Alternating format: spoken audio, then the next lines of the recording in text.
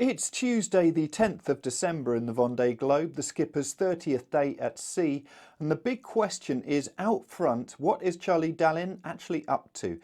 He is heading far further north than you would expect as they go round the Antarctic and along that coast of Australia.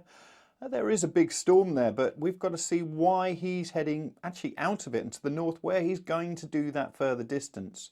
Remember back in the Indian Ocean storm, he was one of two sailors together with Seb Simon who decided to take the southern option because it's the shorter distance and was quite happy to go through the stronger winds.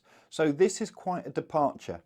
So we bring you the tracking, the leaderboard, predict wind of course to see what his routing options are, and a lovely update from Justine Metreau which shows just how tricky life can be on board one of these yachts.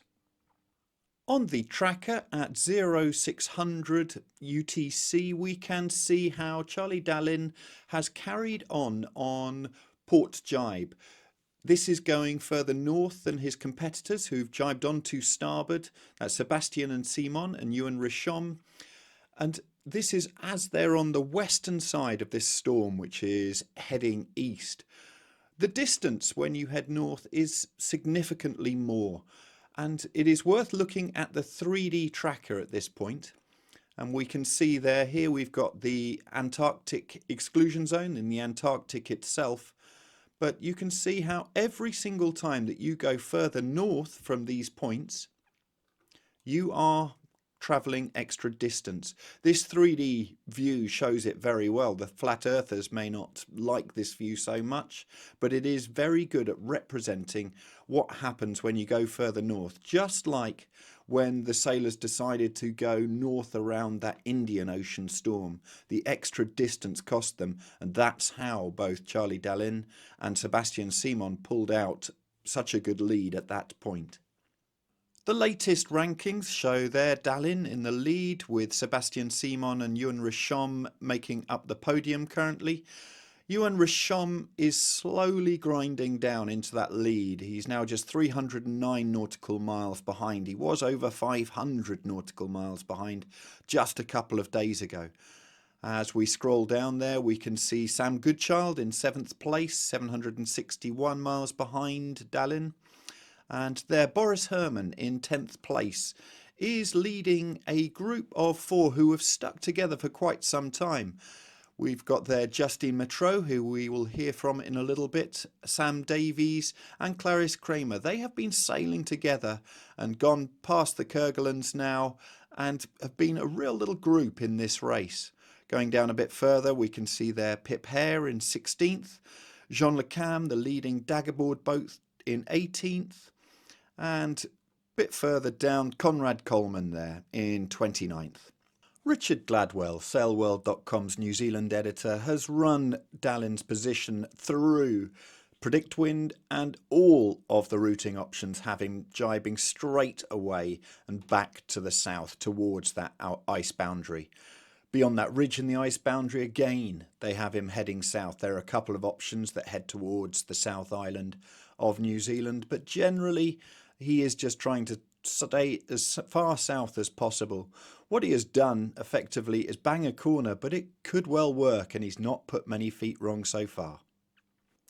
Swiss sailor Justine Metreau has been in a battle together with Boris Herrmann, Sam Davies and Clarisse Kramer for some time, and they've recently passed the Kerguelen Islands and are heading towards Cape Lewin, the southwestern tip of Australia.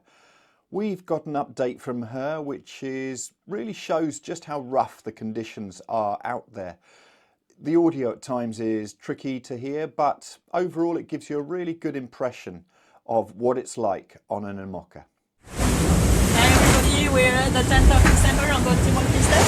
Once I'll do a video in English to change a bit for the English speaking people who follow us, so today you can understand a bit better.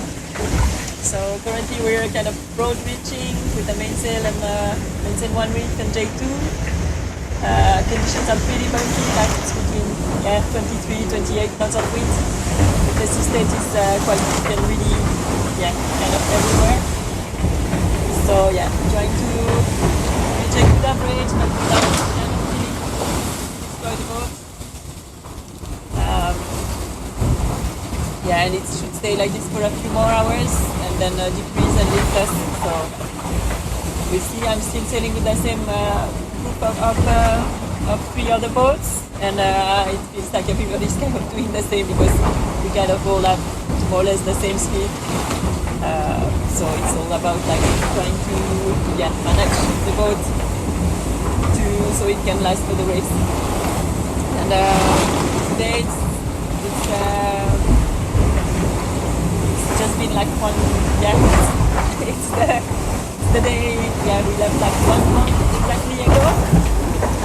So yeah, today's passed by. It's busy, but it feels like we are gaining some eastern degrees quite quickly, so it's quite nice.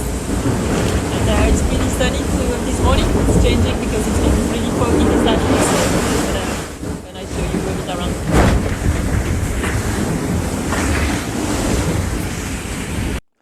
Thank you very much for watching today. We'll continue to keep you posted with everything from the Vendée Globe and lots more in the sailing world. Please do subscribe to our channel using the button down here if you haven't already, thanks to the 18,000 who already have. And take a look at sailworld.com and yachtsandyachting.com for all the latest news in sailing.